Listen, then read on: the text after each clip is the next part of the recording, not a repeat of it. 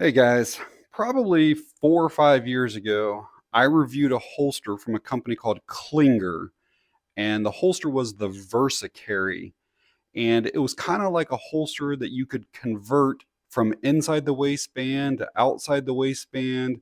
It had multiple different ways to use it, and yes, you could wear it inside the waistband. Yes, you could wear it outside the waistband, but it didn't do either thing very well. So I have a holster here today. This is made by a company called Hoftac. This was actually sent to me from AdaptiveTactical. This is called the Omnicarry, and as you can see, it's a multi-fit inside the waistband holster. This is what's interesting about this holster. They're claiming that it fits over 300 different guns. Everything from Berettas, which I have a Beretta up here, we'll check it out on it, to Smith & Wesson, to Glock, to Taurus, Sig Sauer. There's all kinds of models that this is supposed to fit. I always like to check for retention. It's super important, obviously, on a holster. Also, I like it to completely cover the trigger guard area. And so we're going to try it out with a few different guns and see how easy or difficult it is to change between guns. Like if you wanted to change out every day and carry something different, how hard is it to change this holster to make that happen? So we're going to go through that. But as we can see, it does say it's superior retention. It works with full-size guns, compacts, subcompacts. It's got an optics ready cut, so we'll look into that. And I've got a pistol that's got an optic on it. Looks like we got steel clips, which I always appreciate that versus plastic. I almost always switch all my holsters over to steel. I usually use the DCC, the monoblock ones. Inside the waistband, it lists some of the models here on their website. They have the full list. You can scan that if you want. And again, it talks about being able to adjust. It does look like there's some type of little metal clip on the back of the holster. I don't know how comfortable that's going to be, but that's why we're testing it out. It looks like the clips are for 1.75-inch belts, which will work for anything smaller than that as well. All right, so let's get it open up. We'll see what all comes in it, and then we'll start testing it out. So in here, looks like there's a little bit of literature. So you have to scan that, it looks like, for your setup. If you're including this, I don't know why we can't just have the instructions on this. That's just my opinion. So that's the retention plate. And then we have the holster itself, and that's it in there. So this is the holster. And these must be one of the other plates. That's some type of plastic there.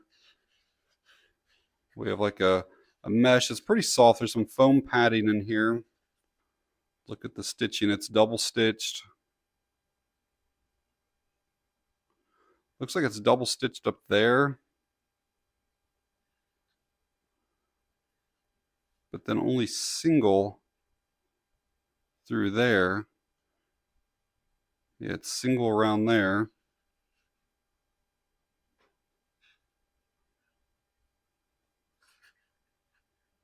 Just giving you guys close-ups of what everything looks like here. So we do have two clips. You can probably run it with one. It looks like they are removable.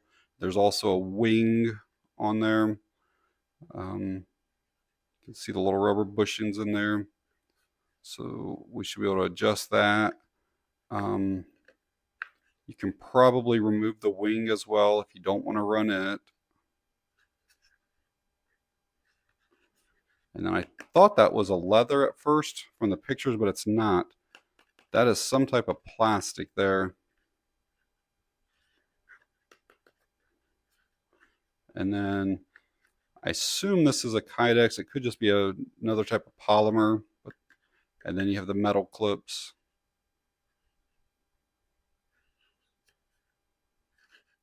So I just scanned that QR code and it took me to Hoftac's website, and there's a video here on the instructions. So I'm going to watch this real quick. Okay, so I watched this entire 7-minute long video, and they demonstrated a Glock 17 and a Smith & Wesson shield. And they basically said that for like more like full-size pistols, that you only need this here. And they basically said there's like an A side and a B side, and that this can flip the other way, but they really didn't say why you need to flip it, what guns you need to flip it for. They also said for like the shield, for like smaller guns, you need this here, and said that it's labeled 1 and 2. And then they demonstrated like putting it on here with the 1, but they didn't say like what the 2 goes for, or when you flip it, or what you might need it for. So I think this is going to be some trial and error on my part to see what this actually works for. So I went to Hoftac's page where they list the Omnicarry to see if maybe if they had any written instructions anywhere. And I don't see anything there either. But just to let you guys know, they do say that it does not work with any type of lights or lasers. So let's just start with the Beretta PX4 Storm. This is the full-size version of it. As you can see, working with a safe gun here. So we're just going to slide it in, see if it'll even fit to start.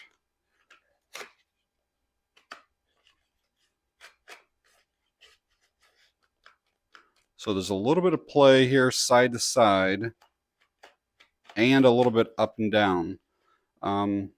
So I can tell that we have an adjustment here that we can make. See that right there? And probably 2 adjustments here. I showed those earlier, so there's some bushings there. That'll get it tighter. And then probably these 2 here. So we can for sure make these 5 points a little bit tighter. So let me get a screwdriver. We'll tighten things up. All right, so we'll tighten up the one around the trigger guard here first. So I'm going to give it a couple turns. I obviously don't want it to be too tight that we can't draw it out or anything. And then we'll give these a couple turns. Let's see where that's at right now. Just a little bit of side to side. Let's give these ones a couple turns.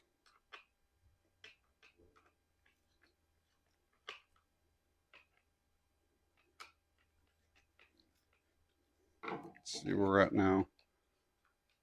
Just the tiniest bit of play. So I'll probably tighten everything up a little bit more and see where we're at. So I have this about as tight as what I think I'm going to try to get it. I've got those things smashed in there pretty far all the way around.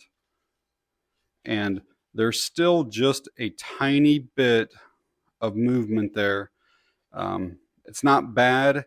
And obviously if this is on you like this, it's not going to really go anywhere. But like I mentioned earlier, 2 of my big things is, does a holster completely cover the trigger guard? This obviously does not. From the front, you can see quite a bit here. And then from the back, you can see through there. Now, I will say that my trigger is far enough forward. It's almost hard to even see through here, but the trigger is really about up in here.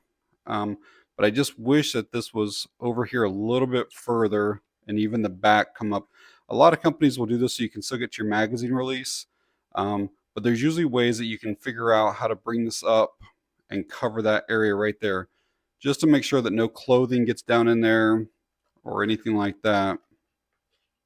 As far as retention goes, I don't remember the exact weight of this PX4 Storm. It's 30 some ounces. It's a heavy gun. And the heavier a gun is, the more mass that can move. And so actually the easier it is for them to fall out. And I can shake that pretty good. And for the most part, it holds it. It does move a little bit. You see that little movement right there? But again, your gun is pretty much never going to be upside down like this. I mean, so the retention is good. You do not get the normal hard snap that you get with a lot of Kydex holsters, because it's not really made for this specific trigger guard. And what I mean by that, as I'll show you here with the 365, again, it's safe. So a holster like this, when you insert it, you get that snap every single time. But again, this is designed to fit right around that trigger guard. And speaking of the retention, I did notice, so it's not just this here getting tighter when you tighten these up. This actually kind of digs into there more. And so you can see like the shape of the gun, and you can see then how that is digging into that material. Now it's not enough that like it like puts any like permanent like indentations or anything in there, but you can kind of see how it like molds it or shapes it then just by tightening those screws up. So let's go ahead and switch to something smaller. Again, clear gun. And just to show you the size difference here. So significantly shorter grip. And then this one has an optic on it. So I'm going to just go right from here and see what this is like.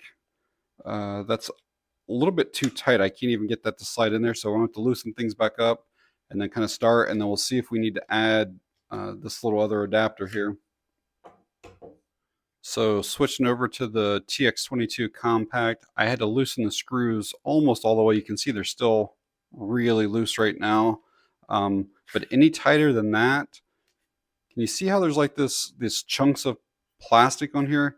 If I went any tighter, as I go to slide this in, it's basically pushing the slide back toward me like this, which is obviously dangerous. And it means it's too tight. But the gun is definitely rubbing, and it's hitting this lip right here. It's actually raised up in there a little bit. I wish that was smooth going all the way in, because the front slide serrations here, they're pretty aggressive on the TX22. When I go to slide it in, it's hitting that lip right there. And you can even see all of the scratches and grooves that's already getting created in this right here. And that's just, you know, a few times holstering and unholstering. But I definitely wish that lip was not there like that. And so I'm probably going to have to figure out exactly how to put this other one on here to get this tighter, because that's way too much play. All right, so I removed the clip and then the wing, and then we have to basically pull these little posts out. We're going to put this in place, put the post back through it, and then put everything back together. So this has proven to be a little bit of a pain in the butt, because this thing has an arch to it, and then this goes the opposite way. And so when you put these down here, there's a huge space here that you have to try to fit this, which isn't that long, back through here and through the hole, and it obviously doesn't fit. I mean, it's not even close. So you really have to try to sandwich this thing together, and then at the same time try to get this back on. So I added that plate, and it took several minutes. It was very tedious to try to get these bolts back through here. That's something that I would not want to be changing out daily. And after I got it on, it's actually a worse fit for this TX22. Watch that slide as I try to put this in. See how that's moving it right there? And I basically can't get the gun down in there. So basically that thing is too tight as it is. And again, the instructions are not very clear on which way to flip this.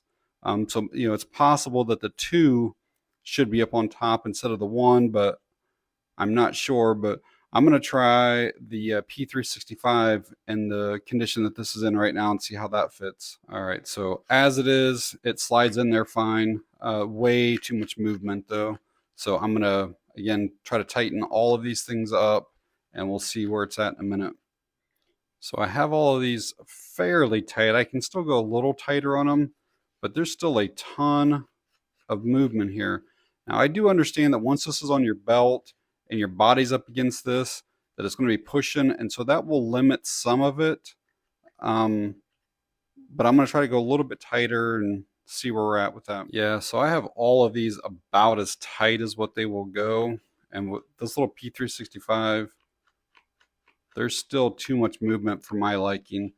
I don't know if it would, I mean, it's not sliding out, but I just feel like that would move around like that while you're walking. Or again, I do understand that your body's going to be against it, and I will try it on and see what it feels like. But I mean, even if I'm pushing against it, I can still get that to move around. But let's get it on a belt, and we'll see what it feels like. Okay, so right now I have it in the 3 o'clock position. There isn't a ton of printing, but it is a little bit bulkier than a normal holster. So if I pull my shirt tight, you can see it, right there. But once it is against your body, it actually does not move. I didn't make any other adjustments. I put the 10 round magazine in the P365 here. But once it's against you and you're walking, it actually does not move in there. Even with the 10 round, there's still plenty enough room. The undercut's still good enough that you can, present. I don't typically carry in the 3 o'clock. I'm using an appendix carry, but I kind of wanted to show you in this position, and then I might try to move the holster, to my normal position.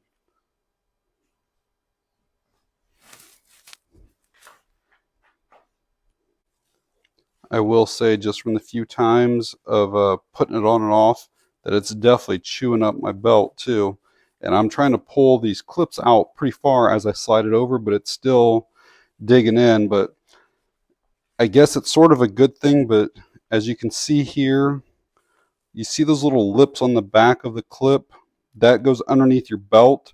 And then as you're trying to slide it back on and off, that's kind of like digging in. Here is the Omnicarry in the appendix position. It's probably not actually designed for this position, and I'll show you why here in a bit. But again, very little printing. I do have a t-shirt on, and then the overshirt. If it were really tight, you can probably see just a little bit. That's my belt buckle right there that you're seeing. So yeah, it does conceal pretty well. And again, enough room that you can easily get a good purchase on your firearm. So again, you can wear this in the appendix position, but if you look at these clips, they're offset. And in my opinion, it's designed more to be worn around the curve of your hip, like in that 3 to 4 o'clock position.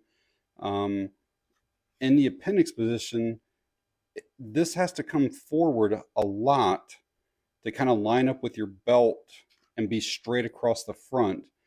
And it causes, in doing this, it causes this right here to kind of dig in to kind of like the area above your groin just a little bit.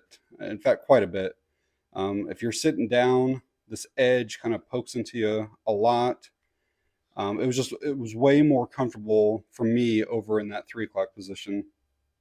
So having used this for a few days with a few different guns, I will say without a doubt that the full-size Beretta seemed to fit in this the best, work the best.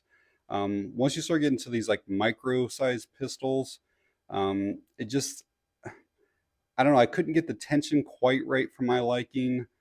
I actually had some difficulty reholstering. It would seem like it was tight enough drawing, but then it would kind of collapse a little bit. And I know they act like the backing material of this will kind of take the shape of your pistol after so many days. But again, I would have trouble with this here because of my belt going through here. It would kind of push this when I would draw out, and then I would have a hard time reholstering. The larger frame guns, it doesn't happen as much because you don't have to get these things quite as tight, and you don't have to use this extra plate on here. You know, I like the idea of taking one holster and having it be able to work for most of the pistols that you would have and that you carry. You know, I've had guns where I've spent more on holsters than what I actually paid for the gun itself. I had one gun, a Ruger, that I had over 10 holsters for it and didn't care for any of them. You know, so I like the idea that you can buy one holster and use it for a bunch of different guns. Again, some of my big things is it has to have really good retention, and this isn't bad. I mean, again, it's not going to like fall out or anything, but it's not great either. And I like a trigger guard to be completely covered, and it's not. I mean, like this one's mostly covered. The backside is protected, but on the front, it still isn't. And again, it wouldn't take anything more to just bring a little more material there. I know you still want to be able to get your grip on that and get a good purchase, but I don't think anything can get in there, but I just like it to be completely covered. I do like having a high sweat shield, which this has. For pretty much any pistol that I put in it, it covered that, so I do like that. You know, so I can see this saving people a lot of money. You buy this one holster for $70, and basically you can just change it out to whatever gun you want to carry. I will say that that did take me several minutes to swap that out and to put that plate on. That was not an easy task. You really have to squeeze these things together super hard to get that bolt to go back through there. So it's something you don't want to be doing every day. I think overall, the materials that they used are of pretty good quality. The clips are really nice. Like I showed earlier, that's the little thing right there that kind of like chews up your belt and stuff. But then once your belt goes over it, that goes underneath your belt and prevents it from any type of accidental, you know, coming off or anything. But the wing seems really nice. The backing, the mesh, everything does seem like it's made pretty well. And I guess you just have to kind of know and expect that when you're going with a multi-fit or a universal style holster, that it's not going to be a perfect fit for basically any gun that you put in it. It's not custom fit for any of them. So just kind of keep that in mind. I do wish that it came with a set of written instructions to say how those little adapter plates or whatever in the back, how they're supposed to go up and down, and you can flip these around, because the little QR code, like I mentioned earlier, you can scan that if you want, and all it does is take you to one video where the person's showing it basically on just two guns and doesn't really explain things very well. YouTube gets all bent out of shape if you leave certain types of links in the description. But if you want to find out more about this Omnicarry holster, you can go to Hoftac Industries or AdaptiveTactical. Either one will have it on there. But yeah, that's going to be it on this one, guys. If you got any questions or comments, leave them down below. And thanks for watching. I appreciate it.